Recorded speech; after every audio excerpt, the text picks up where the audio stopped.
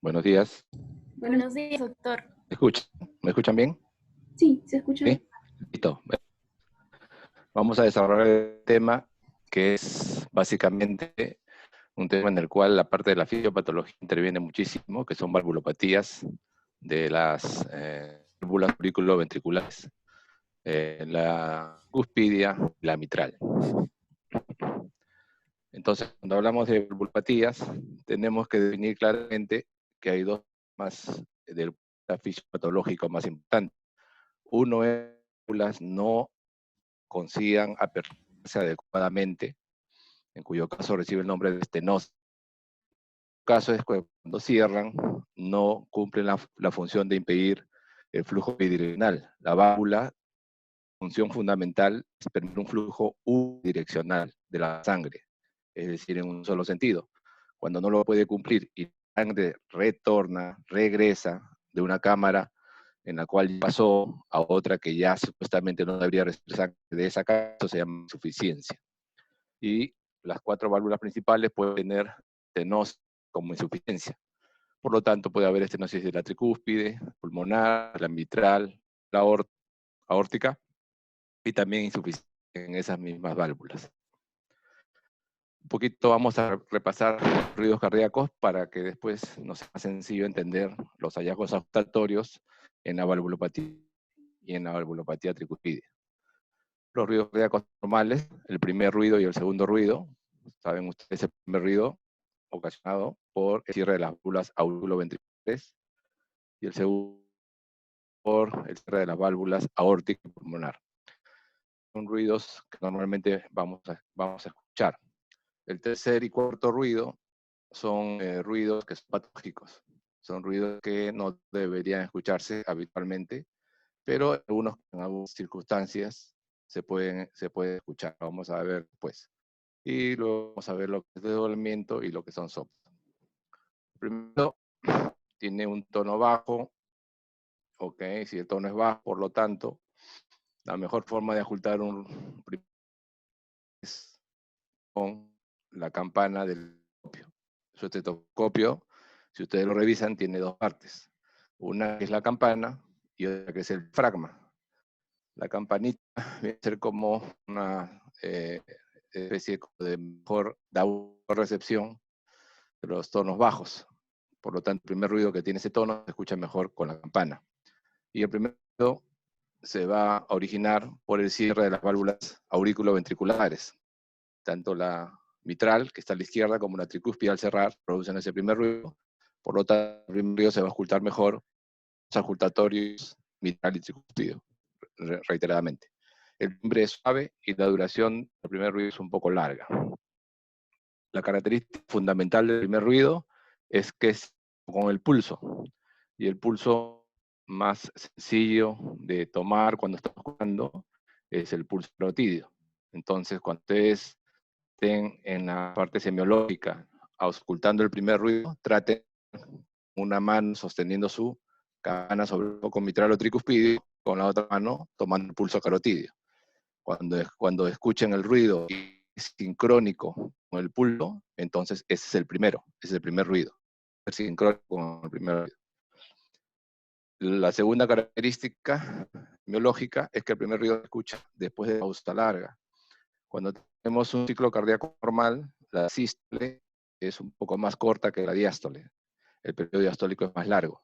Y el primer ruido se produce justamente cuando termina ese periodo largo, cuando termina la diástole. Entonces se escucha desde la pausa larga, porque indica el inicio de la sístole, cuando se traen los ventrículos, ¿no? Y esa acción aumenta la presión dentro de la cavidad ventricular, superando la presión de las aurículas y produciendo el cierre de las válvulas. Entonces, es importante recordar esto, que lo van a escuchar después de la pausa larga.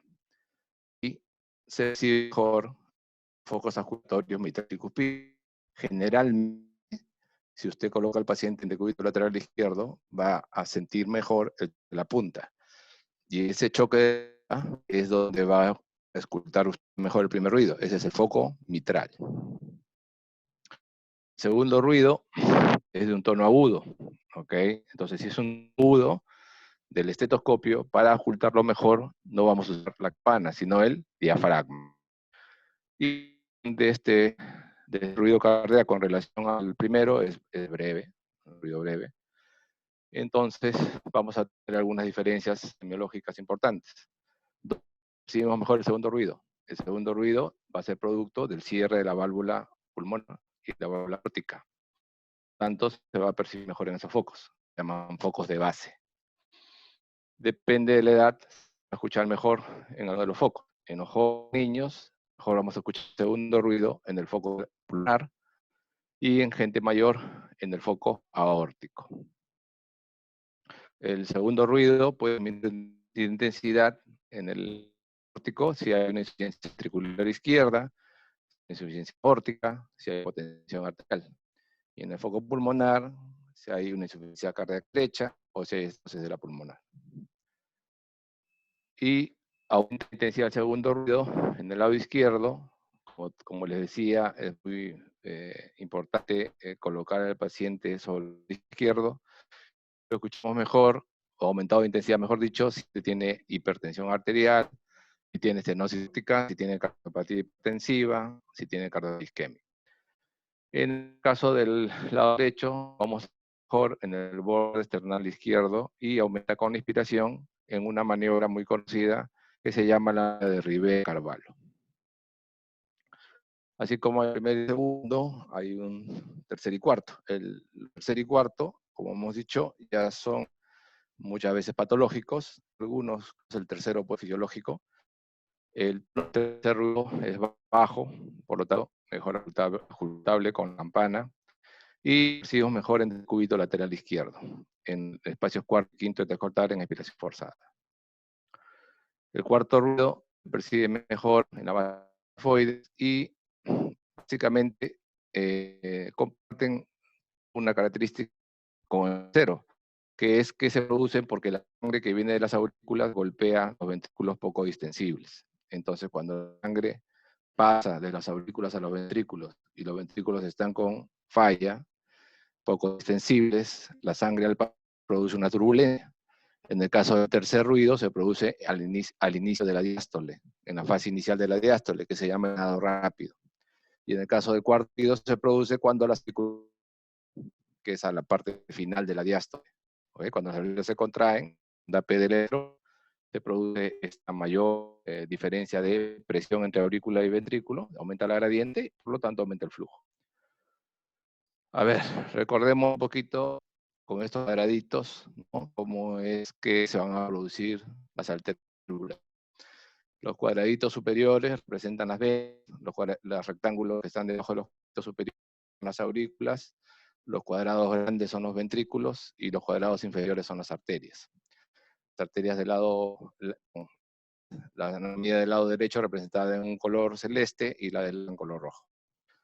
Si es una insuficiencia de una válvula ventricular, si la válvula ventricular que está esperando, la vesícula del ventrículo, no cierra adecuadamente, va a permitir un flujo retrógrado, sístole. O sea, en la sístole, sangre que todo el ventrículo debería pasar íntegramente hacia su arteria correspondiente. Cuando contrae el ventrículo derecho, pasa toda la sangre hacia la arteria pulmonar. Cuando con el ventrículo izquierdo, pasa toda la sangre hacia la aorta.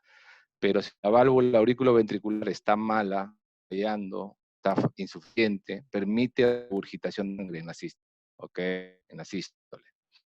Mientras que si la válvula de salida del ventrículo, en este caso vamos a dar como ejemplo, válvula aórtica, no abre bien, comparado a la pulmonar acá, vemos que es más pequeña, no abre bien, eso se llama estenosis. Y en la sangre no fluye libremente, no consigue la gradiente ser muy diente, como la gradiente es muy baja entre ventrículo izquierdo y tensiste. Pero si la válvula está estenosada, la gradiente va a aumentar y el flujo va a ser turbulento, va a producir soplo. Entonces, cuando escuchamos auscultatoriamente soplos en sístole,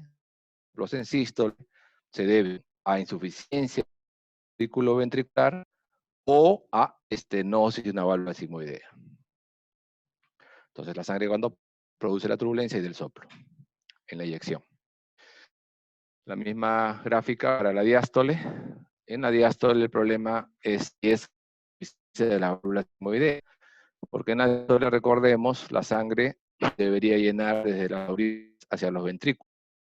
Solamente el llenado ventricular debería ser producto, ¿no?, del llenado auricular, pero si la válvula sigmoidea está fallando, está insuficiente, no adecuadamente cerrando, eso va a producir una regurgitación de la sangre correspondiente a la cavidad ventricular.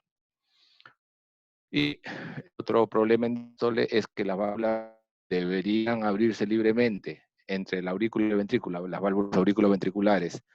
Si estas válvulas tienen y no abren, se llama estenosis, todo se va a ver llenado desde la aurícula hacia el ventrículo.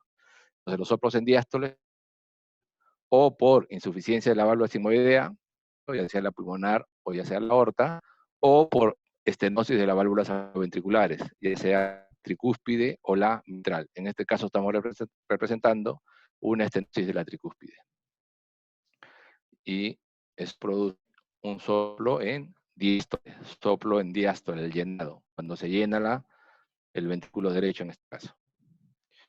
Entonces, cuando analizamos los soplos, tenemos que ver el tipo de ciclo cardíaco en que se producen, su relación con los ritmos cardíacos y sus intervalos, las áreas de máxima auscultación y propagación, y sus características acústicas, qué intensidad tiene, qué tono tiene, qué timbre tiene, y el comportamiento de los soplos en relación a cambios de posición y a variaciones en la respiración. Sobre el tiempo del ciclo cardíaco en que se produce, recordemos que si se produce entre el primer ruido y el segundo ruido, el soplo es en sístole. Si el soplo más bien se produce después del segundo ruido, es un soplo en dístole, en diástole.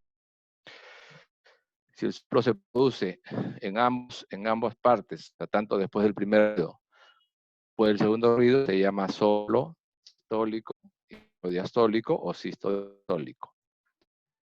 Y en algunos casos, el soplo abarca todo el ciclo cardíaco, toda la sístole y todo el diástole, ¿ok? Soplo continuo. En cuanto a las áreas de máxima auscultación, recordemos las posiciones de las auscultatorias. El foco aórtico, segundo espacio intercostal, borde paresternal del lado. El foco pulmonar, segundo espacio intercostal, borde paresternal del lado izquierdo. Tricuspidio, más o menos en la área de la apófisis, y el foco mitral en la zona del apex o choque de la punta. Es importante recordar que a pesar de que hay áreas de máxima auscultación, estas áreas de máxima auscultación deben ser examinadas un trayecto, el trayecto que puede hacer la sangre al ser eyectada o al regurgitar. Por ejemplo, en el caso de la válvula aórtica, que es nuestra diapositiva, como áreas rojas aquí, una área roja de acción, que en las auscultatorias tenemos que de todas maneras no poner el estetoscopio también en zona apical, zona del cuello, porque los soplos eyectivos aórticos, los soplos de eyección aorta, por ejemplo en una estenosis aorta, pueden tener esa irradiación, irradiarse hacia el cuello. Entonces tenemos que tener ese conocimiento semiológico de que tenemos que ir toda la auscultatoria, realmente el foco de auscultación primario, sino todo el territorio que puede abarcar las zonas en las cuales una auscultación por una patología de esa válvula.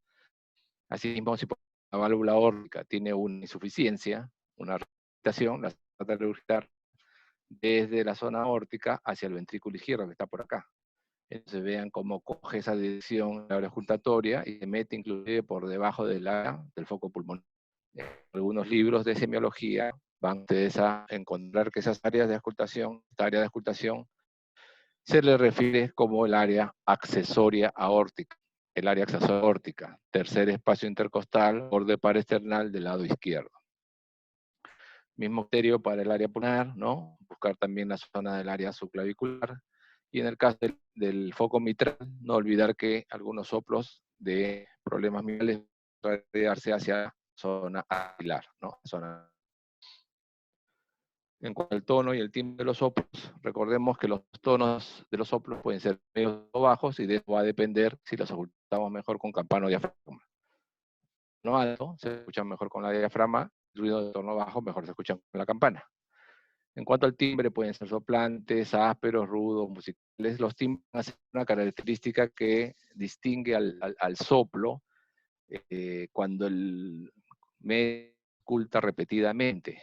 Ustedes escuchan canciones. Si ustedes escuchan canciones repetidamente, no van a escuchar toda la canción para saber quién es el cantante que la produce. Simplemente escuchan una parte y ya dicen, esta parte me parece, ¿no?, que la canta tal cantante. Igual, el timbre del soplo les hace a ustedes recordar una forma del soplo, una característica del soplo, y ustedes dicen, esto debe ser una estenosis aórtica, por ejemplo, cuando es áspero, por ejemplo. En cuanto a la relación con los ruidos cardíacos y los intervalos, recordemos que los soplos que inician al principio de un ciclo cardíaco, por ejemplo, una parte inicial de la sístole o la diástole, los soplos protosistólicos o protodiastólicos. Se llaman mesodiastólicos o mesosistólicos. Y al final, los tele. Cuando el soplo ocupa toda la fase del ciclo, ya sea sístole o diástole, se llama holo. Holo. Por ejemplo, puede ser holo sistólico o puede ser holo diastólico. Cuanto al soplo, recordemos, los soplos se pueden dividir en grados, ¿no? Y el parteaguas, la división fundamental en si tiene frémito o no tiene frémito. Los soplos con frémito, grado 4 para arriba. Los soplos con frémito, grado 3 para abajo. Entonces, grado 1 es el soplo que es difícil de ocultar. O sea, ese soplo prácticamente requiere un ambiente muy especial para poderlo escuchar. Generalmente los acústicos normales les diría que es prácticamente porque hay ruido. El grado 2 es ocultable, pero débil. El grado 3 ya más o menos con más facilidad, de grado moderado. Y aquí simplemente esto ya lo hace sencillo de calificar, el hecho de que aparezca frémito. Porque el grado 4 fuerte, pero uno puede confundir el grado 3. ¿Cómo diferencio? Pongo la mano, ¿no?, en la zona oratoria, y si mi mano vibra con el soplo, eso se llama frémito. Es la percepción con nuestra mano, ¿no?, de la vibración que produce la turbulencia que vino el soplo. ¿Ok? Entonces, cuando percibimos esa turbulencia, ese tremor, ese frémito ya divide, ¿no?, todos esos soplos de 4 para arriba. Grado 4 para arriba. Grado 4 fuerte, grado 5 muy fuerte, también hay frémito evidentemente, y grado 6 ni siquiera necesidad de apoyar nuestro estetoscopio en el tórax, ¿no? Y ahí también hay frémito, o sea, grado 4 para arriba frémito. Muy bien. Vamos a pasar a nuestro tema, es una introducción rápida simplemente para recordar la parte semiológica. Nuestro tema es válvula y válvula mitral. Vamos a empezar con válvula tricúspide.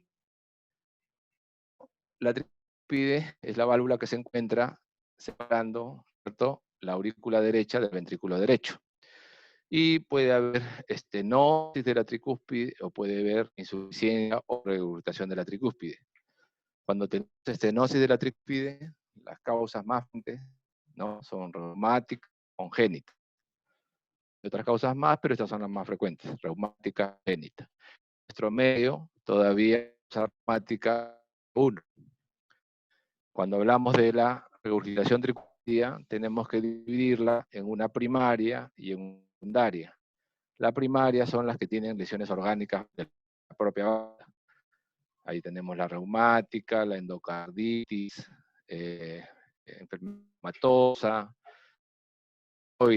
radiación, algunas enfermedades congénitas, como por ejemplo la enfermedad de Epstein, que es una implantación anómala de la válvula tricúspide, un trauma, injuria del músculo papilar, secundaria a un evento coronario.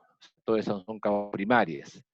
Pero también hay causas secundarias de regurgitación tricúspide, insuficiencia tricúspide, llamamos causas funcionales. Por ejemplo, la insuficiencia tricúspide cuando hay una dilatación del anillo tricúspidio. Y esta dilatación del anillo tricúspidio puede tener muchas causas. Secundaria de crecimiento a la dilatación del ventrículo derecho. Por ejemplo, una hipertensión de larga data, por ejemplo, una moderada del ventrículo coronario, Por ejemplo, cuando se le ha colocado al paciente un marcapaso cuyo cable está llegando a la parte apical del ventrículo derecho, generando, ¿no?, remodelación del ventrículo derecho, dilatación del anillo tricuspidio, ciencia tricuspidia secundaria a eso, ¿no? Secundaria a esa causa. Entonces, en la insuficiencia tricuspidia, recordemos cómo es el trayecto normal de la sangre. La sangre normalmente viene de las venas cavas, superior e inferior, llena la aurícula derecha, ¿no?, a través de la válvula tricúspide. Lo normal es que llene el ventrículo derecho, y la sangre, al momento de contraerse el ventrículo derecho, debería ser llegada por la arteria pulmonar. Ese es el circuito normal del corazón derecho. Pero cuando hay un mal funcionamiento, cuando hay una alteración, cuando hay una patología que afecte, ¿no?, la válvula tricúspide, la sangre va a regresar, ¿no?, del ventrículo derecho hacia la aurícula derecha. Es decir, que la eyección del ventrículo derecho va a tener como si fuera va a ser compartida. Una parte de la sangre, ¿cierto? Una parte de la sangre va a ir por pulmonar, otra parte va a ir hacia la aurícula derecha. Esta sangre que pasa del ventrículo derecho hacia la aurícula derecha se llama fracción regurgitante.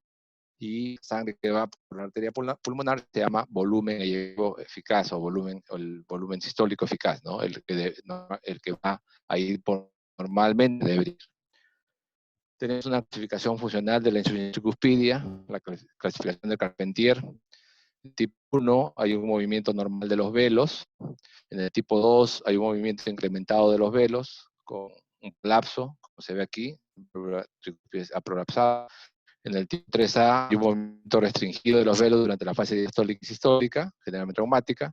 Y en el tipo 3B, movimiento restringido de los velos predominantemente en la parte sistólica. Según la etiología, entonces vamos a definir, como hemos dicho ya, la insuficiencia tricuspidia en primarias y secundarias. Primarias hemos visto las causas, ¿no? La infección, trauma, enfermedad reumática, enfermedad congénita, degenerativa, carcinoide, tumores, iatrogénicas, toxicidad. Y secundarias, dilatación del ventrículo derecho, disfunción, la hipertensión pulmonar, cuando hay marcapasos, dispositivos implantables, fibromialgia. ¿Cómo es la etiología de la insuficiencia tricuspidia? Hemos dicho que aquí sangre regurgita del ventrículo derecho hacia la aurícula derecha. Entonces, regurgita la sangre del ventrículo derecho hacia la aurícula derecha, una sobrecarga de volumen. Esta sobrecarga de volumen, ¿no?, ¿qué causa? Dilatación de la aurícula derecha y del ventrículo derecho. Esa dilatación del aurícula derecho transmite, ¿no es cierto?, la presión incrementada ¿hacia dónde? Hacia el sistema venoso. Hacia el sistema venoso. Entonces, dilatándose el anillo, la aurícula derecha, el ventrículo derecho, y aumentando, ¿no es cierto?, el sistema, ¿qué va a pasar? Va a haber congestión en el sistema venoso sistémico, hipertensión venosa sistémica, ¿no?, que lleva pues a todos los datos clínicos de falla y presión hepática, ¿no?, que puede terminar incluso en la función hepática. Acá tenemos el cuadro de la fisiopatología funcional, ¿no? En el caso de la fisiopatología funcional, muchas de las enfermedades que originan problemas de derecho se originan izquierdo, paradójicamente. Por ejemplo, una enfermedad coronaria, una disfunción del izquierdo puede llevar a ¿qué? A insuficiencia mitral. Una enfermedad de la válvula mitral, una enfermedad de la válvula mitral puede causar tanto insuficiencia como estenosis. Pero ambos casos de problemas en la válvula mitral, ¿a qué nos va a llevar? O aumento de la presión en la izquierda. El aumento de la presión en la aurícula hace que el tamaño, evidentemente, compensatoriamente aumente y puede terminar esto en una arritmia, que se llama fibrilación auricular. Y esto causar, ¿no es cierto?, retrógradamente alteración del lado derecho, porque si la aurícula fibrila, no fibrila solamente la izquierda, fibrila las dos aurículas. O sea, lleva una fibrilación de toda la aurícula derecha y la izquierda. Una taquicardia, una alteración del ritmo fibrilatorio, habitualmente dilata las aurículas, eso dilata el anillo tricúspide y causa insuficiencia. Por la enfermedad pulmonar, por el lado de la pulmonar, podemos ir a la hipertensión pulmonar, por ejemplo, una hipertensión pulmonar, y eso va a originar qué cosas, carga, ¿no? Del lado derecho, dilatación y disfunción del ventrículo derecho. Eso altera en la aurícula, dilata el anillo, y también causa insuficiencia tricuspidea. Y, y hay una disfunción del ventrículo derecho, ¿no? El globo papilar que sostiene la válvula cúspide puede también alterar su función. Eso se llama como un viento, ¿no? Tethering como una cubierta inadecuada, un paracaídas de la válvula cúspide, que la válvula, pues cuando es la sístole, ¿no? Pierde el soporte de los glóbulos papilares que están en el ventrículo derecho y origina que la sangre produce la insuficiencia tricuspidea. ¿Cómo es la clínica? La clínica es el examen físico. De la insuficiencia tricuspidea puede haber sensación de pulsación en el cuello porque se detienen las venas yugulares. Hemos dicho que en la patología hay una sobrecarga en todo el sistema venoso sistémico. ¿Hay de qué? De insuficiencia cardíaca derecha. Por lo tanto, hepatosplenomegalia dolorosa, puede haber ascitis, puede haber edema. ¿Okay? También puede haber hipertensión pulmonar. ¿De qué? De bajo gasto cardíaco. Que recordemos que es una secuencia en sí. Lo que el ventrículo derecho eyecta el pulmón, se oxigena la sangre en el pulmón y ahí tiene que ir al lado izquierdo. Si el lado derecho no cumple bien su trabajo, evidentemente baja el gasto en general, porque la sangre debe ir en serie. El lado izquierdo no va a sacar la sangre de la nada, hay que ser referida, enviada, ¿no? Debe haber una secuencia de trabajo igual, de volúmenes iguales, entre el lado derecho y el lado izquierdo. Entonces, debe haber síntomas que representen bajo gasto cardíaco en el lado izquierdo.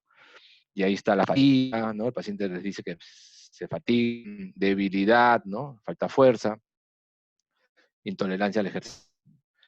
Cuando una insuficiencia cardíaca derecha de mucho tiempo de evolución, el punto final por bajo gasto puede ser que el paciente lo que se llama caquexia cardíaca. El paciente pierde peso.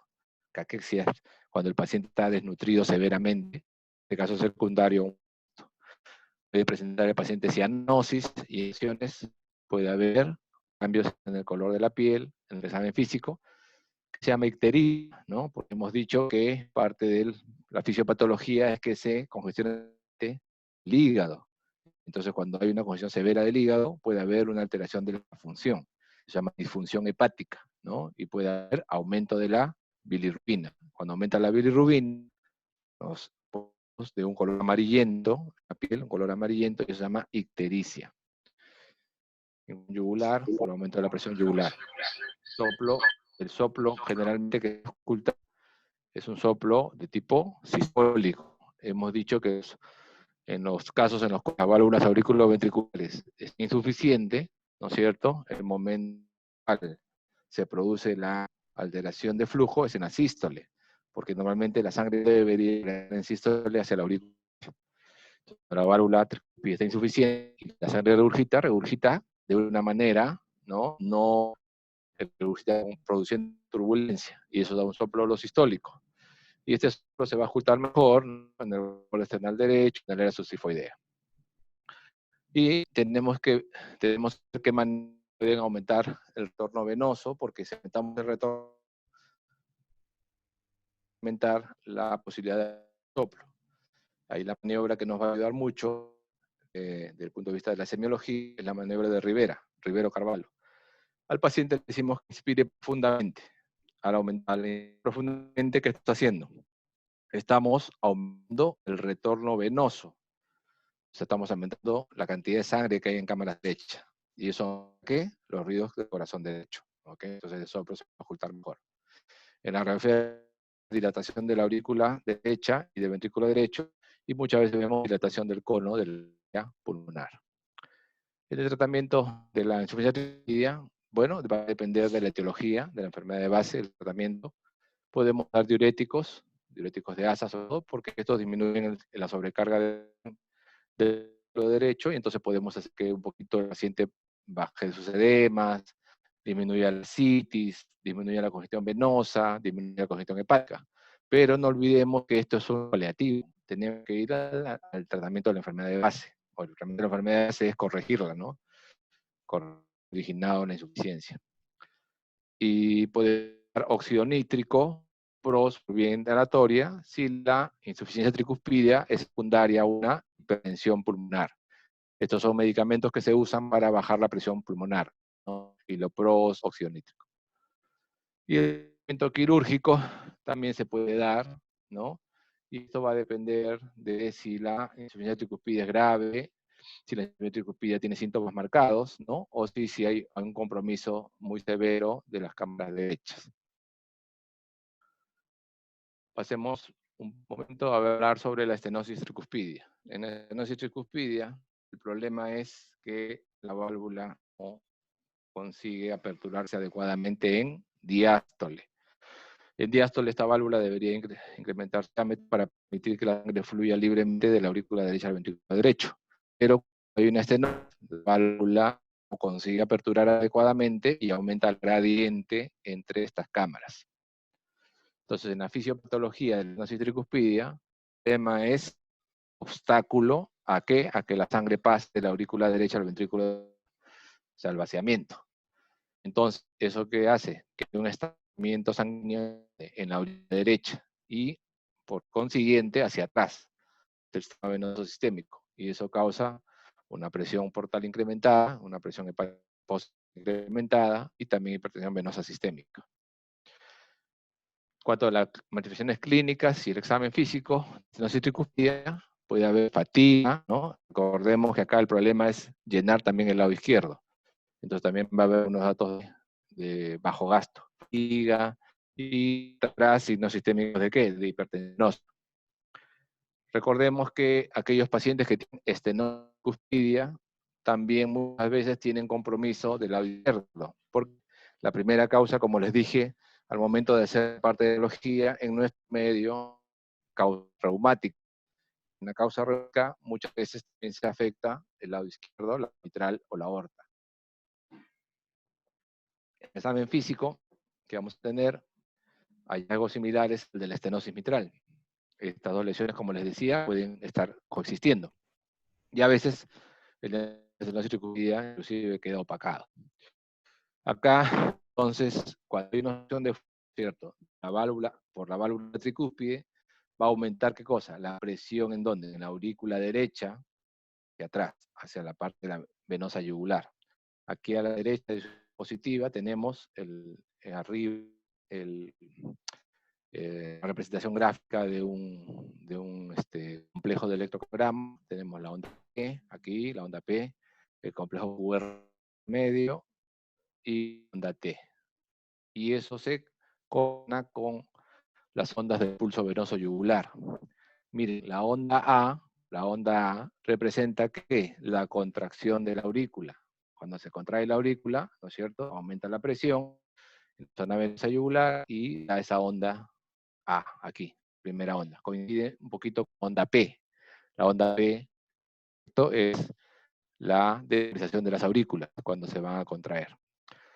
Tenemos la onda C, que representa el cierre de la válvula auriculoventricular, en este caso la válvula tricúspide, pero todavía no se ha aperturado, ¿no? La válvula pulmonar. Se representa la parte de contracción isovolumétrica del ventrículo derecho.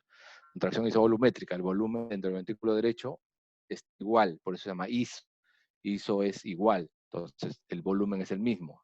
Tanto, se produce una onda, ¿no? Una onda de presión al cerrar la válvula auriculoventricular, la sangre es impulsada otra vez a la aurícula, produce esa pequeña flexión, la onda C. Luego tenemos que, o sea, la onda B, ¿no? La onda B se produce cuando se está llenando la aurícula, cuando se está llenando la aurícula. Y tenemos el seno X y el seno Y, o descenso X y descenso Y. El descenso X, no se ve en esta gráfica, está por aquí, okay, es la relajación de la después de su contracción. Seno Y, que está después de la onda B, que estaría por aquí, representa la apertura de la válvula auriculoventricular para producir el llenado inicial. Entonces, cuando hay una estenosis tricuspidia,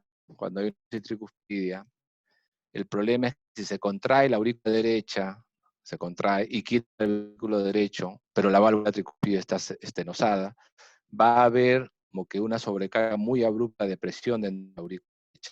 Tiene que meterle más fuerza para poder vencer la estenosis.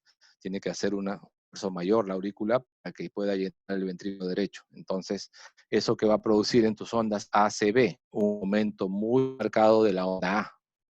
La onda A, el cuadrito inferior que ven aquí, está muy que hay un aumento importante en la presión de la aurícula derecha, es estenosis. Justo me estoy contrayendo, pero yo esperaría encontrar la válvula auriculoventricular muy flexible, muy aperturable, pero como tengo que hacer mucha presión. Entonces, la onda A es representativo de esa mayor fuerza, de esa mayor presión, producto de la estenosis. Entonces, las pulsaciones venosas yugulares que muestran una onda presistólica A prominente e incluso puede confundirse con una pulsación arterial. En la auscultación del foco tricuspidio, algunas veces podemos auscultar un chasquido de apertura localizado en el borde izquierdo. Y podemos auscultar un soplo ¿qué? Un soplo diastólico. Recordemos aquí, ¿no? El soplo del estenosis de las válvulas auriculoventriculares es diastólico. Cuando las válvulas no abren las aurículas ventriculares, dan problemas de llenado en diástole. Soplo diastólico, turbulencia, llenado de los ventrículos. Soplo diastólico de baja intensidad en el canal izquierdo, cuarto espacio intercostal, y como es soplo que se ve en una cámara derecha, como hemos dicho, las maniobras que incrementan el retorno venoso pueden aumentarlo, ¿no? El retorno venoso aumentado da una forma de mejorar la ajustación de este de Rivera Carvalho. A todas vamos a ver crecimiento de la aurícula derecha y signos radiológicos a veces del problema izquierdo. Muy bien. A ver, hasta ahí hemos terminado la válvula tricúspide. Abran los micrófonos aquellos que deseen preguntar.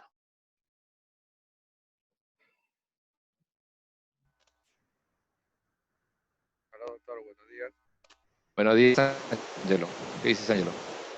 Dime, escucho. Diferenciar un soplo en una estenosis tricuspidia de una mitral, como ocurre en el mismo tiempo del ciclo cardíaco, ¿cómo lo diferencian? ¿Por el tono o por cuál? Ya. Bien. Apaga un poquito tu micrófono. Apaga tu micrófono, Ángelo. Ya escuché tu pregunta y hay mucha interferencia.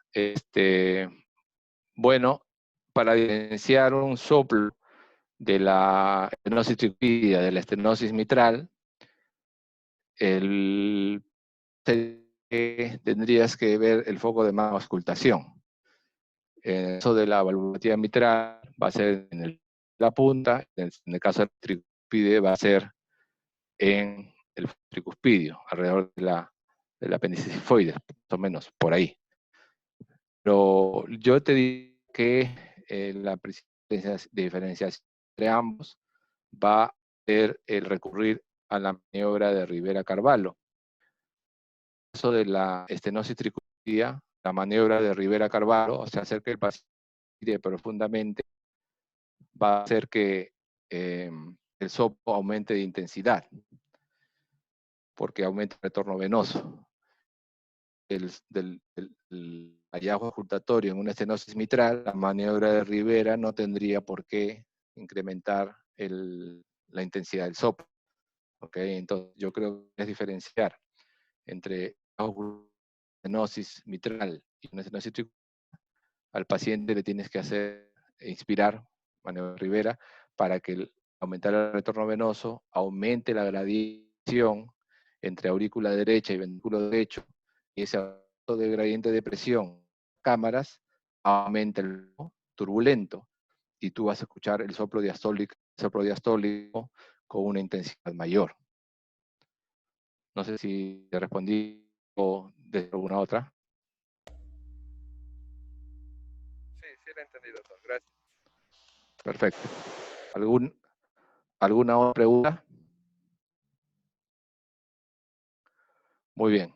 Entonces, estamos a valvulopatía mitral. Vamos a empezar con la estenosis mitral.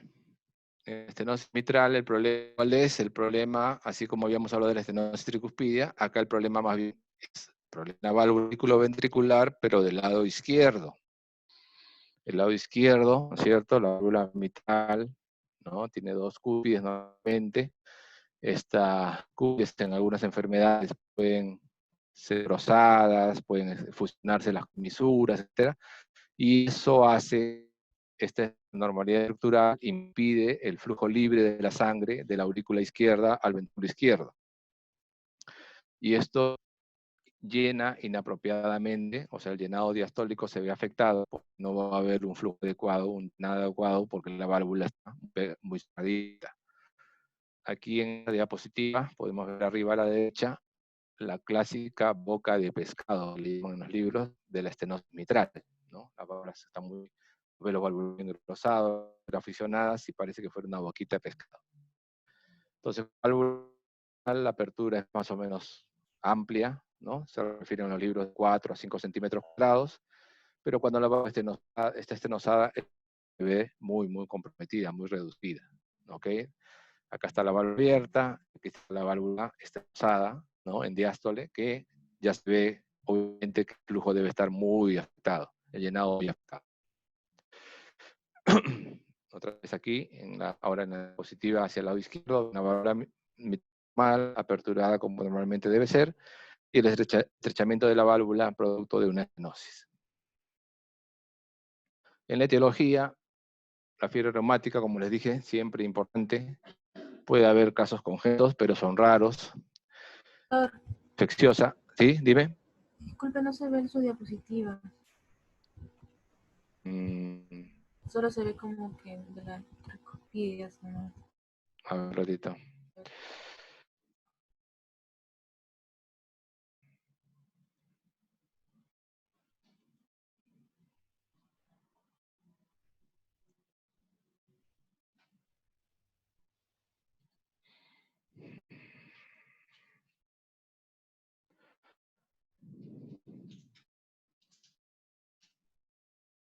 ¿Ahí se ve?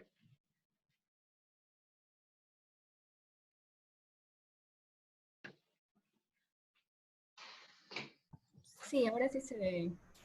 Ya. Bueno, en la etiología de la estenosis, como decía, a medio la predominancia de fiebre reumática, todavía en nuestro medio es muy común. Es la causa más frecuente de estenosis mitral. Congénita, causas raras, puede haber también causas infecciosas, la endocarditis infecciosa, y en caso de la proporción de tipo sexo, mayor en mujeres que en hombres, una relación de 2 a 1. Como causa menos frecuente de la estenosis mitral, podemos tener de un melisoma auricular, de un trombo valvular, de la mucopolisacaridosis, de una calcificación del anillo valvular y de alteraciones de colágeno como el lupus o la artritis reumatoidea. A ver, acá la fisiopatología es que hay un aumento en la gradiente de presión entre la aurícula izquierda y el ventrículo izquierdo. Y eso se traduce en que retrogradamente va a aumentar la presión también en el lado circulatorio pulmonar, ¿no es cierto? Venas pulmonares, etcétera, y también en el lado derecho, ventrículo derecho, ¿ok? Entonces, todo es una alteración de presiones. La válvula mitral está con problemas, no abre bien, incrementa la presión en la aurícula izquierda, incrementa la presión en las venas pulmonares, eso también hacia los canales pulmonares y por consecuencia también en la arteria pulmonar, finalmente ventrículo derecho. Entonces, acá tenemos el cuadro de la fisiopatía. Concentrémonos en la zona de la válvula mitral. En la válvula mitral no abre adecuadamente el anillo, no se apertura, no hay una adecuada flujo en la diástole, y eso que causa éstasis. La imagen que vemos acá como si fuera, esto indica éstasis, como un remolino, un remolino, indica que la sangre está inclinada, no puede fluir, y se ha formado como un éstasis, ¿no? La sangre que no fluye, ¿no? Por las leyes de la parte hematológica, la sangre que no fluye tiende a formar trombo, ¿no? A formar trombo. La sangre que no fluye tiende a formar trombo. ¿Y en qué parte de la aurícula es donde se va a tender a formar el trombo? En la parte de la orejuela, en la orejuela, ¿ya? En la orejuela del aurículo, ahí es donde generalmente, en este caso de la estenosis mitral, tienen trombos.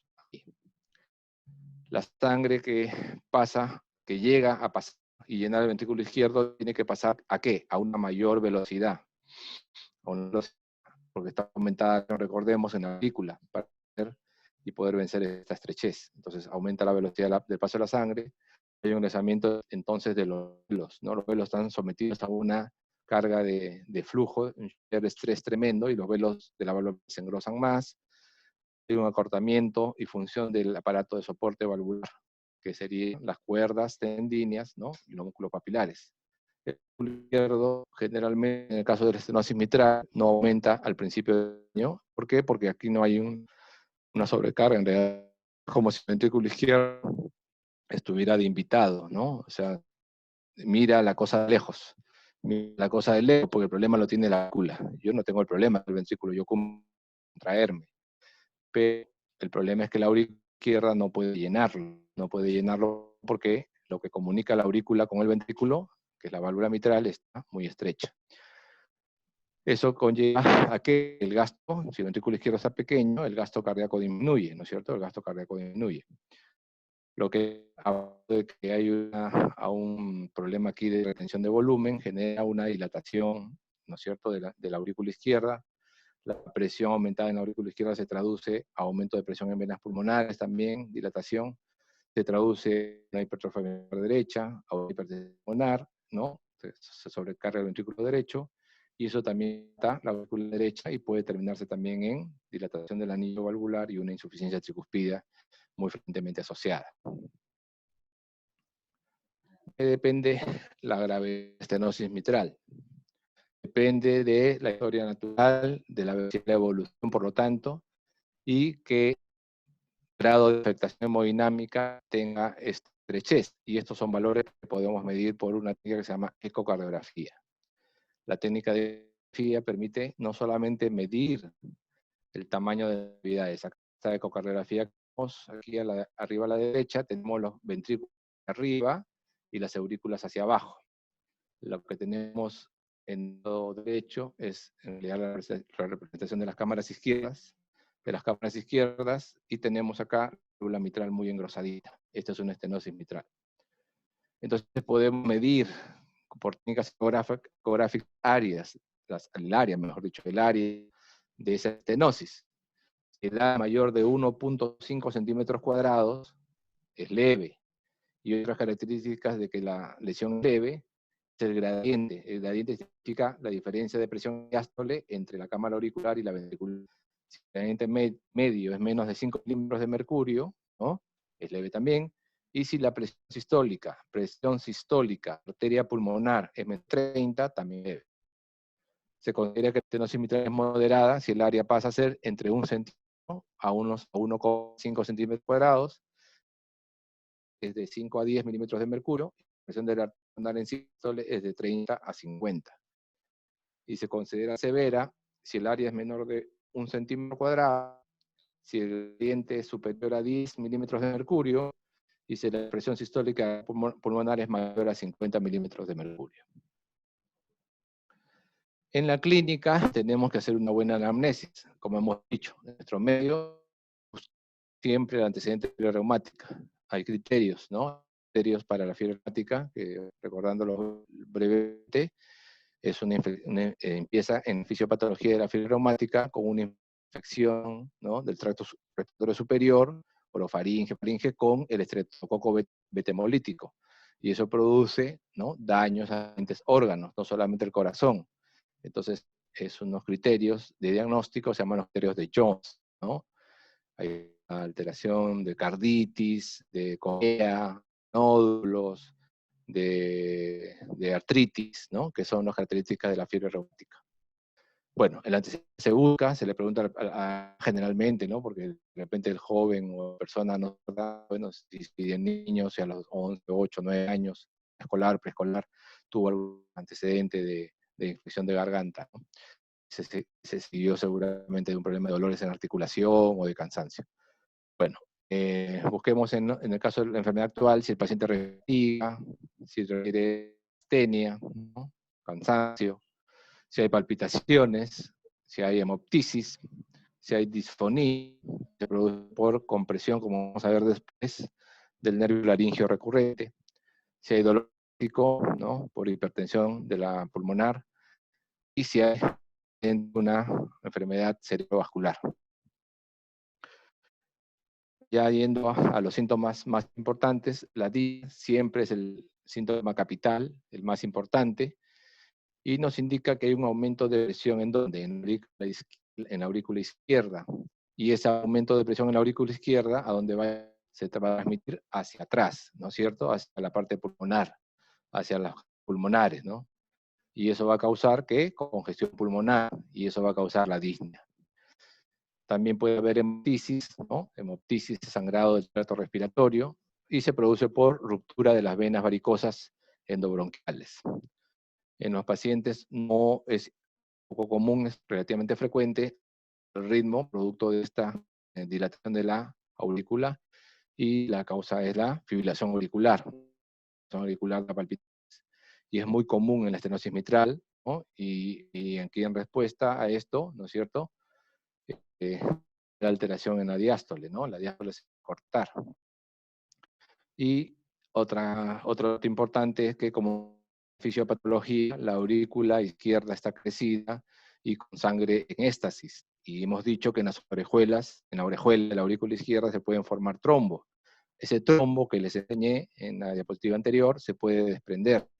Ese desprendimiento de ese, ¿dónde va a ir? Va a ir hacia el ventrículo izquierdo, va a irse por la aorta, y de la aorta puede ir a cualquier territorio sistémico, puede ir al cerebro. Si va al cerebro, ese cuadro accidente cerebrovascular, ¿no? Si va a la mesenteria, se va a llamar embolia entérica. Si va a las renales, se va a llamar embolia renales. A donde vaya, puede causar alteraciones, ¿no? En la irrigación de los diferentes órganos. Los síntomas más importantes, seguimos, el dolor torácico, no olvidemos que hay hipertensión pulmonar, y más en cuanto a lo que es la parte de la insuficiencia cardíaca derecha. En la insuficiencia cardíaca derecha vamos a ver que puede haber ingurgitación yugular, puede haber edema, dolor en hipocondrio derecho, puede haber ictericia.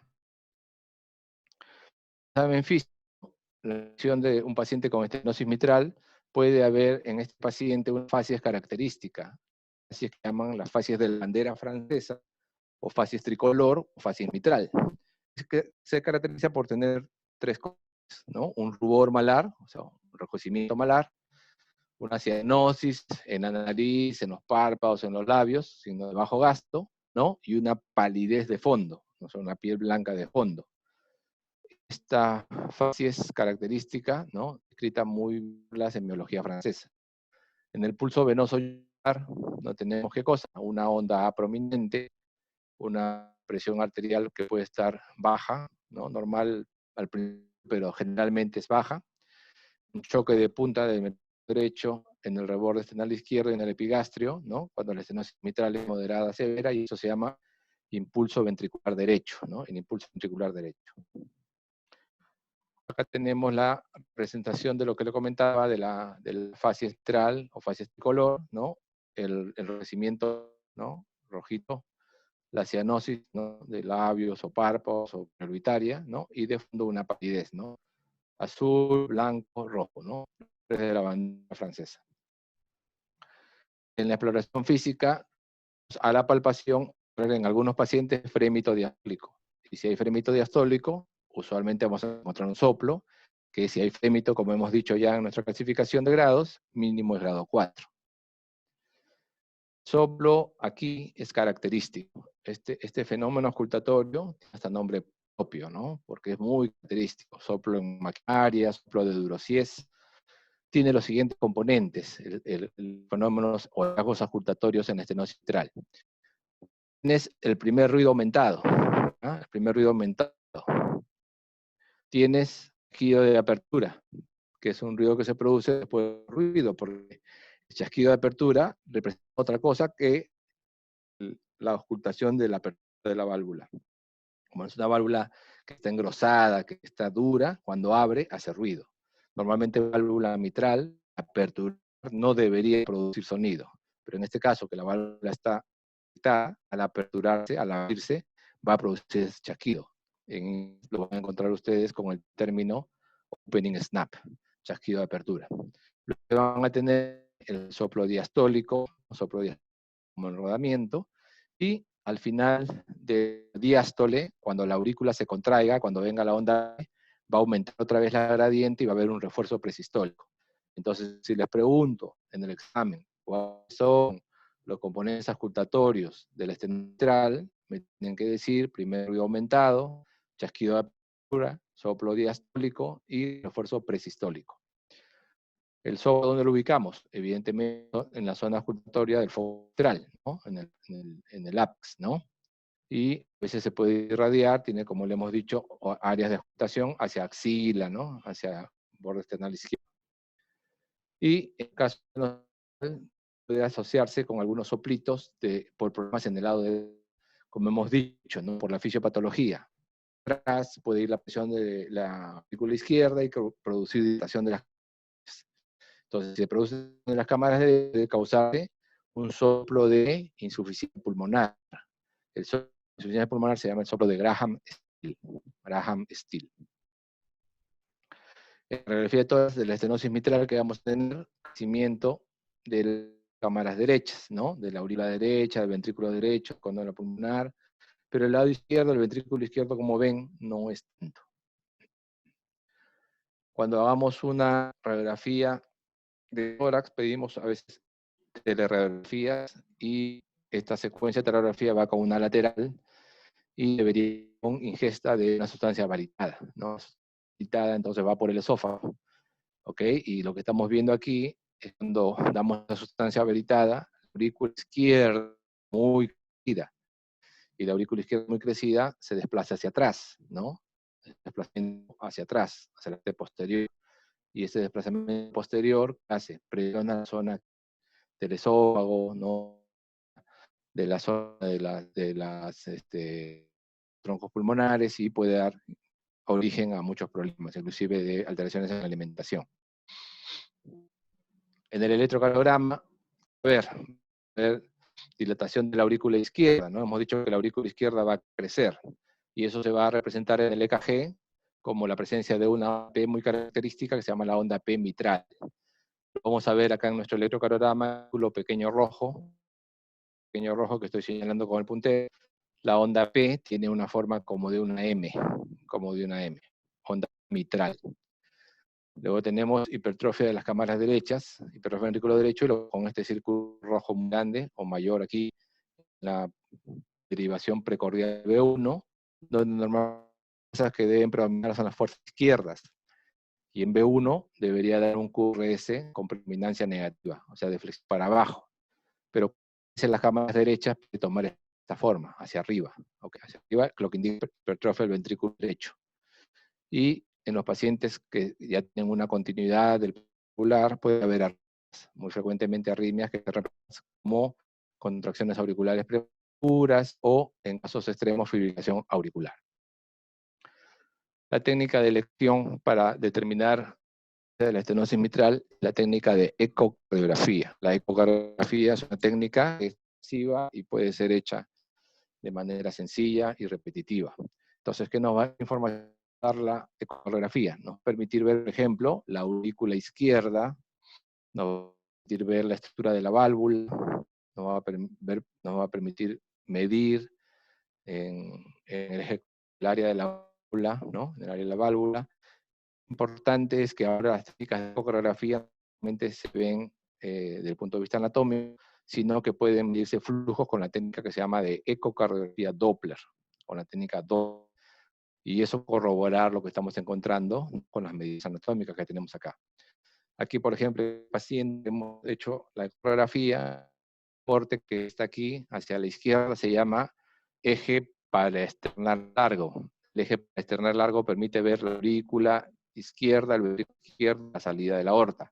Por lo tanto, va fluir normalmente de aquí, de LA, aurícula izquierda, hacia LB, ventrículo izquierdo, y debería salir por aquí, por la aorta. Lo que vemos aquí, que la aurícula izquierda tiene problemas para aperturar la válvula mitral no apertura bien, y el caso de esta imagen que es aquí, da una imagen muy característica que los ecografistas llaman en palo de, con los palos que se usan para jugar el hockey, palo de stick, o sea, engrosado con una puntita un poco más engrosada y dobladita, palo de stick. Cuando giras transductor de este eje paraesternal en 90 grados, formas el que se llama el eje corto. El eje corto te permite ver la válvula mitral como si viera desde arriba y permite detener la imagen en la máxima diable y medir a través de un software especial el área. Pones un sistema de trazado de la boquita de pescado que les expliqué y el software te dice qué área tiene la válvula de aperturar. En este caso, al momento de la medición, se midió 0.9 centímetros cuadrados.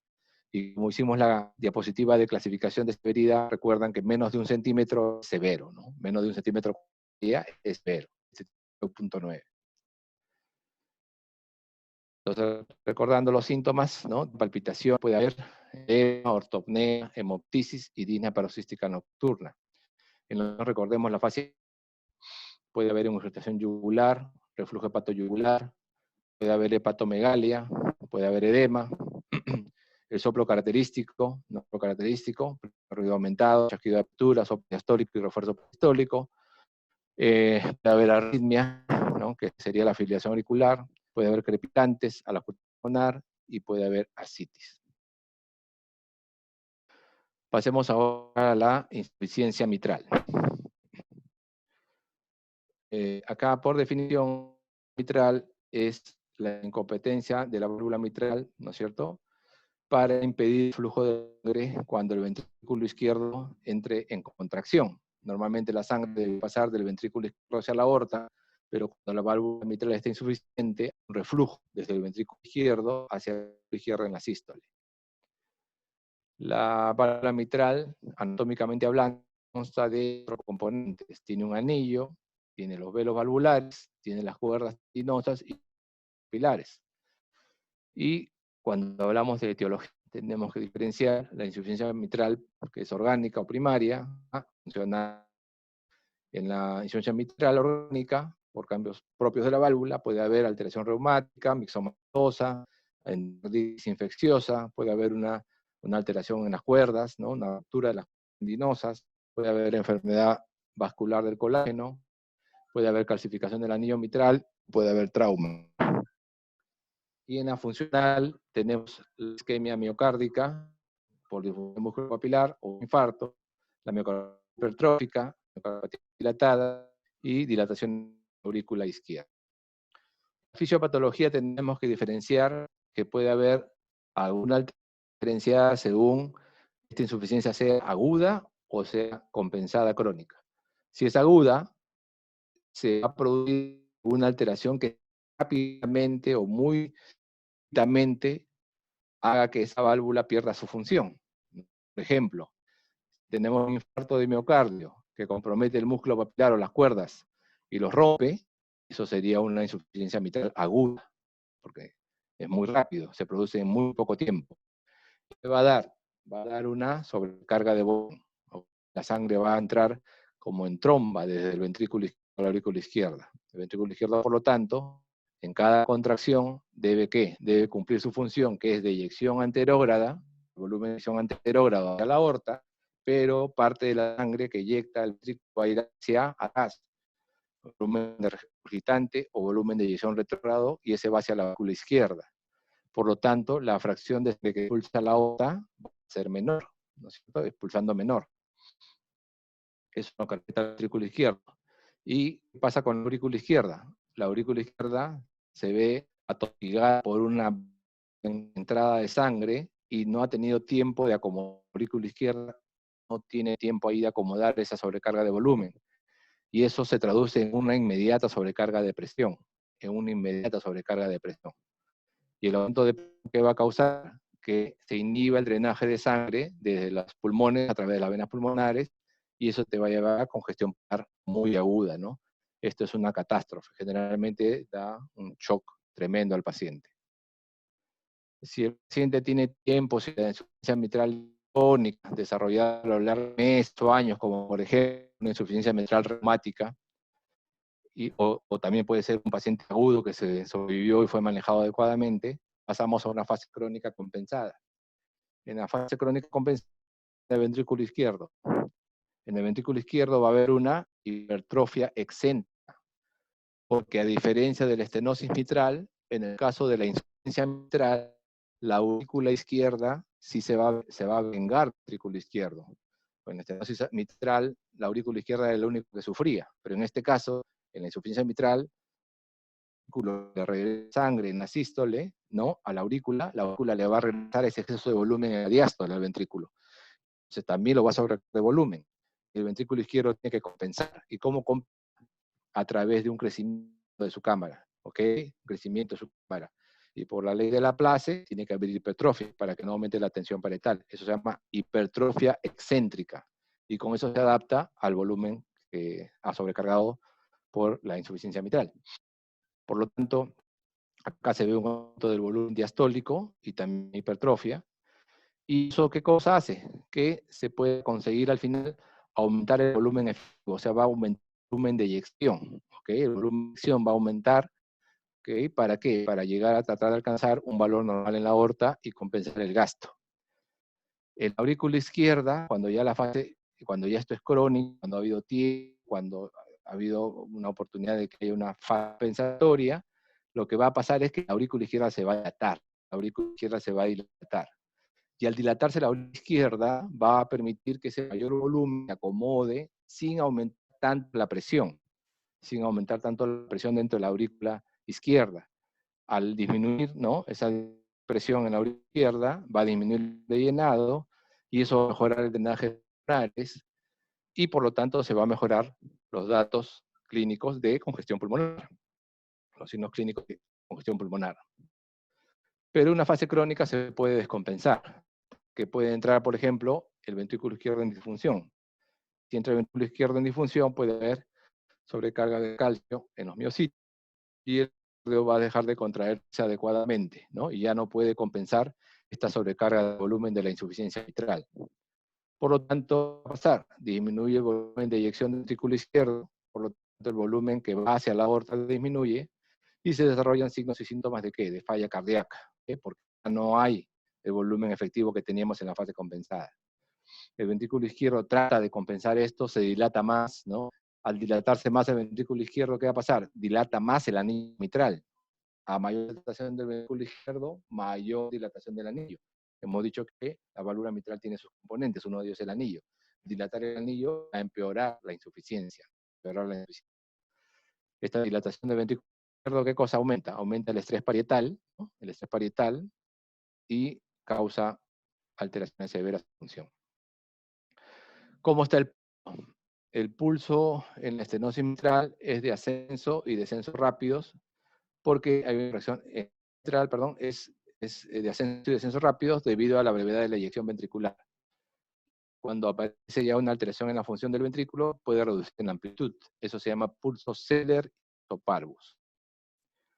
En la inspección del tórax, cuando buscamos el latido del ápex, ¿no?, choque de la punta, puede ser un choque de pulso intenso, amplio, ¿no?, desplazado, ¿no? Porque aquí, como hemos dicho, el ventrículo izquierdo, fase de compensación, ¿no?, va a tener excéntrica.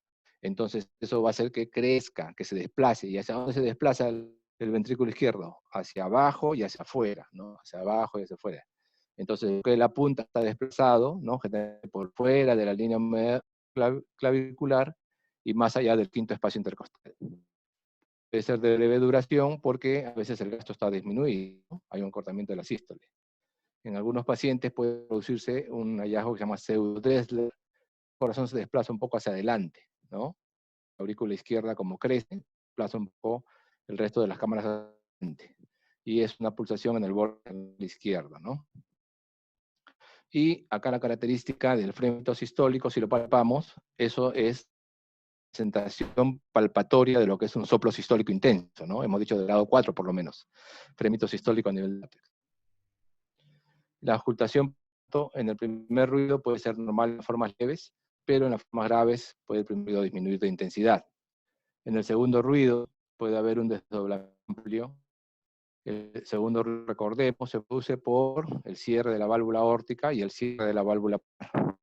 En el caso de pacientes con insuficiencia, puede haber un desdoblamiento amplio porque se puede adelantar el componente aórtico, ¿no? Y esto se produce por el acortamiento sistólico, ¿no? Puede haber un cardíaco, ¿no? Que es producto del llenado ventricular abrupto, y el soplo característico es un soplo sistólico con irradiación a la axila, ¿no? En el mitral.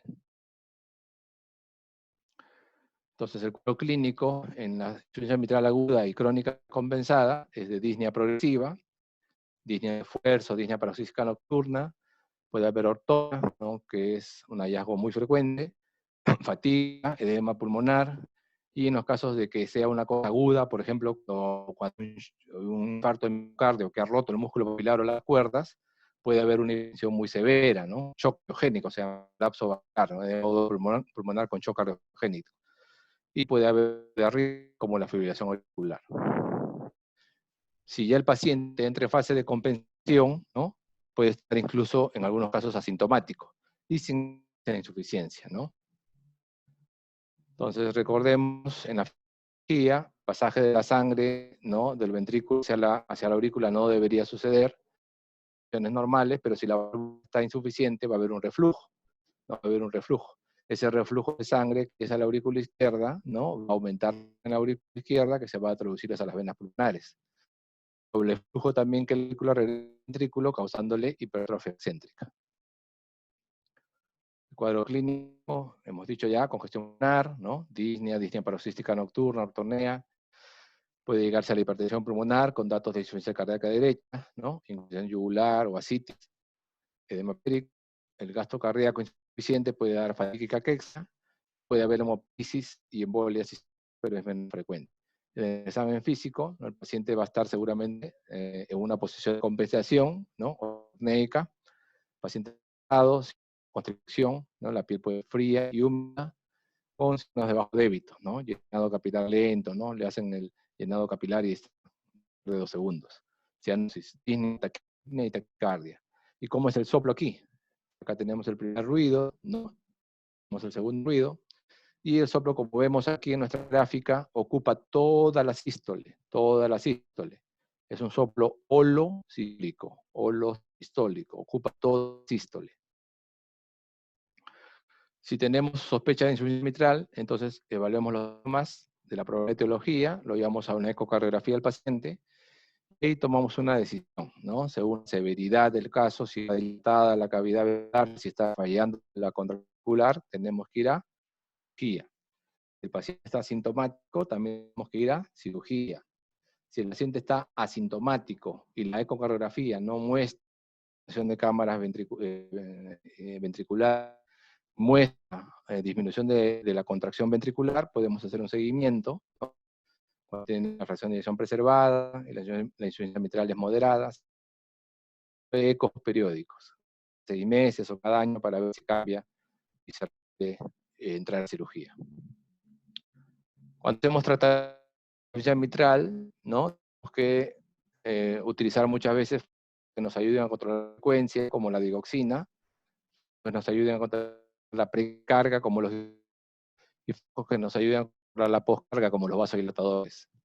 Cuando se utiliza, digo, hay una contractilidad deprimida en ventrículos dilatados, y sobre todo es útil cuando existe la arritmia que se llama fibrilación ocular, porque la digoxina disminuye la tasa de respuesta ventricular y por lo tanto baja la frecuencia. El problema con la fibrilación es que es tan rápida a veces que acorta mucho el tiempo llenado, el tiempo diastólico.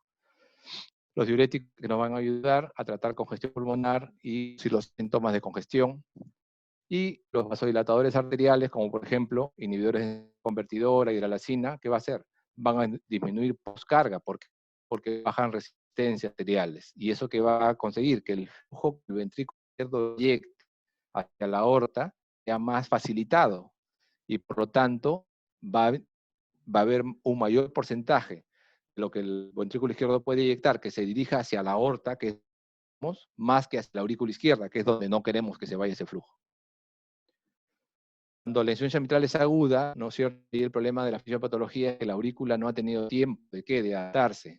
La sobrecarga es tan brusca, hace que rápidamente las presiones de la aurícula se aumenten y se emitan hacia la parte pulmonar, termine en un edema agudo de pulmón. Cuando pasa esto, ¿qué debemos tratar de hacer? Bueno, lo primero es tratar de corregir la insuficiencia mitral, ¿no es cierto? Muchas veces entrar a cirugía. Pero mientras tanto, da dilatadores por vía endovenosa, porque lo que tratamos de hacer es bajar al máximo lo que podemos carga, ¿no? Y vasodilatadores y pueden bajar mucho la presión, debe hacerse esto en el contexto de una unidad de cuidados intensivos. Un fármaco que es muy útil es el nitroprusiato sódico, pero vemos que el nitroprusiato es de ultra rápida. Entonces, si se nos pasa la mano, si dejamos rápido, el paciente puede morir. Por eso se requiere intensivo. En algunos pacientes en los cuales, digamos, tenemos que llevarlos a operar, pero el consigue compensar el edema pulmonar, podemos usar en estos pacientes un aparato de soporte que se llama balón de contrapulsación, balón de contrapulsación intraórtico que favorece el gastroenterógrado. Entonces, en el esquema terapéutico de la insuficiencia mitral, ¿no? Si tiene síntomas, si el paciente es sintomático, vamos a cirugía. Si el paciente no tiene síntomas, radiografía, si la presión ventricular está deprimida, vamos a cirugía. Si la presión está conservada, podemos observarlo y seguirlo con periódicas y darle tratamiento médico. En los exámenes complementarios, en la placa de tórax, acá sí vemos, ¿no? Así vemos en insuficiencia mitral, que el ventrículo izquierdo sí está comprometido, ¿no? Vemos la silueta cardiovascular desplazada hacia abajo, hacia el izquierdo, con un índice cardiotóxico muy incrementado. Electrocardiograma, ¿no es cierto? Acá tenemos la característica de sobrecarga de presión y volumen en el ventrículo izquierdo, con estas alteraciones en la repolarización DAT-T. El eco, al igual que hablamos de estenosis mitral, el eco en la insuficiencia mitral es angular para el diagnóstico porque nos permite evaluar la severidad de la severidad de la insuficiencia. Acá tenemos en la gráfica lo que estamos viendo en la fotografía.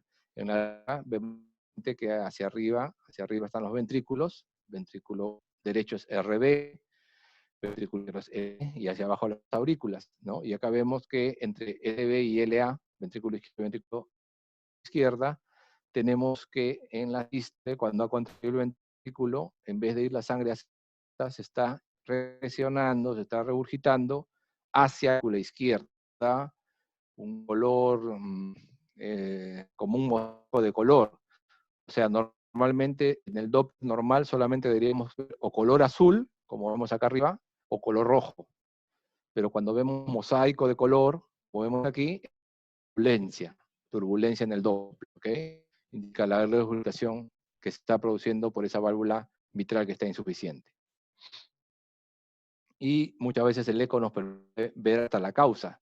Aquí estamos viendo el velo anterior de la mitral, acá estamos viendo el velo posterior, tal como lo vemos en la gráfica, velo anterior de la mitral, velo posterior, y vemos que hay un espacio. Normalmente no debería haber espacio entre velos, entre el velo posterior. Normalmente deberían, de manera que el cierre de este debe ser total, cierre hermético. Así la sangre no podría regresar del ventrículo izquierdo hacia la aurícula. Pero ¿qué vemos? Acá vemos que los planos de cierre son diferenciados. El velo anterior se ha apicalizado un poco y el velo posterior más.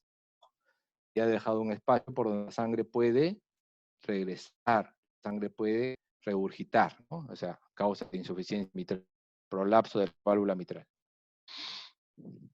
Y aquí tenemos el que nos permite ver o medir la aorta, en este caso ayuda mucho. Y eso sería nuestra clase. A ver, preguntas sobre el sistema mitral que tengan.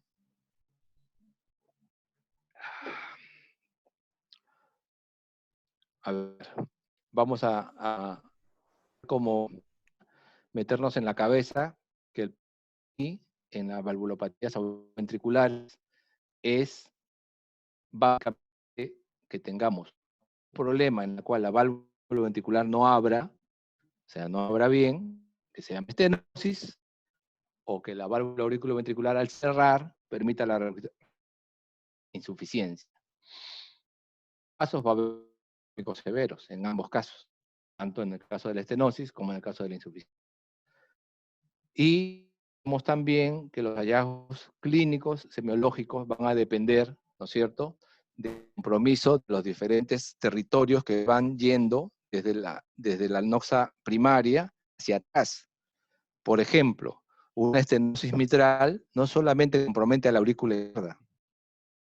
Una estenosis mitral compromete, cierto, a la aurícula izquierda, pero retrógradamente va a comprometer, ¿no?, la circulación pulmonar, va a comprometer la arteria pulmonar, va a comprometer la vesícula derecha o la aurícula derecha, no, problema acá de derecha.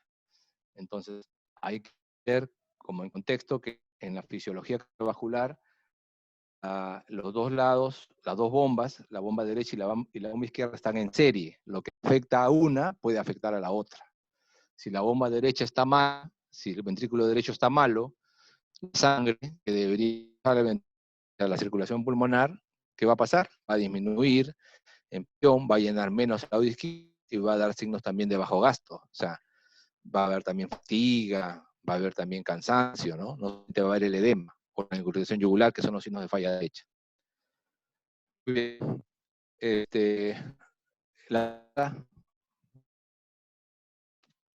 Hola. Hola, ¿me escucha? Sí, doctor, sí se le Sí, escucha. Tenía sí, una escúchame. consulta. Dime. Si usted habló acerca sobre el frémito sistólico, ¿a qué se refiere con eso? No le entendí muy bien esa parte. Ya, voy a explicarla. Apaga para que no se use. Miren, cuando hablamos de frémito, el frémito es una, no se digamos, enseñar, sino palpan. O sea, el frémito con palpación. Tiene paciente y ponerle la mano en la zona donde encontraron el soplo. Donde encontraron el soplo, eso es auscultatoriamente con su estetoscopio, sacan el estetoscopio y ponen la mano en la zona donde encontraron el soplo. Si la mano que ustedes ponen sobre la zona del soplo vibra y causa una vibración, si ustedes sienten que vibra, ¿ok? Eso se llama frémito. O sea, el frémito no es otra cosa más traducción palpatoria de un soplo de gran intensidad. ¿Por qué? Porque si encuentran ustedes frémito, si en la zona donde encontraron el soplo y ponen la mano, el soplo ahí mínimo es el grado 4. O sea, lo que separa en grados, ¿no es cierto? 1, 2, 3, 4, 5 y 6. Primeros es el frémito. Los soplos de grado 1, 2 y 3 no tienen frémito. Los soplos de 4, 5 y 6 tienen frémito.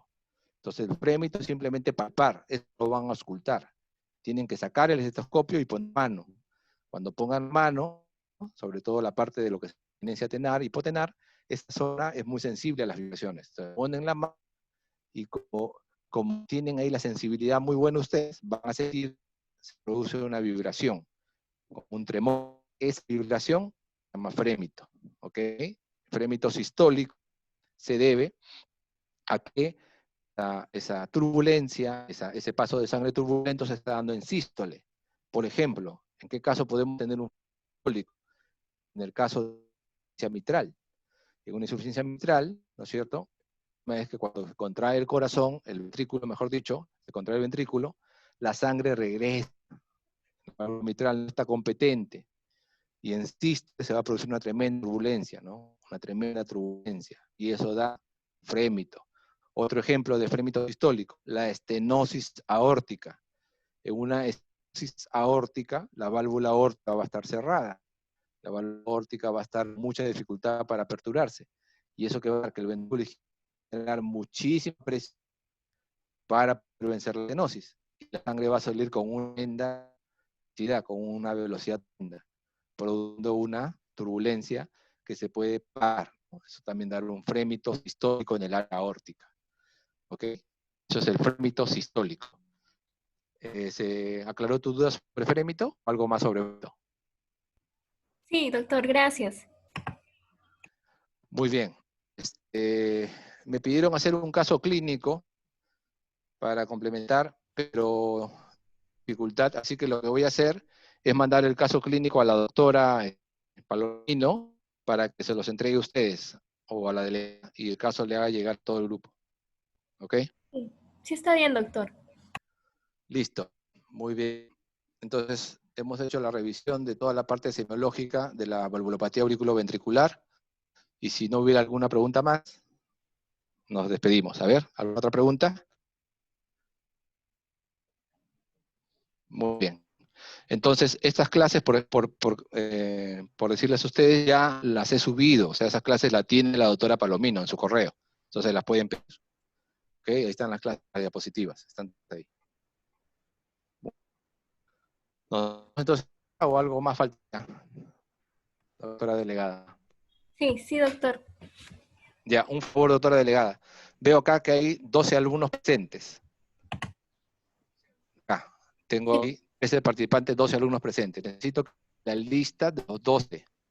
Ya, doctor. Yo se lo voy a mandar a su WhatsApp o a su correo. ¿Ya?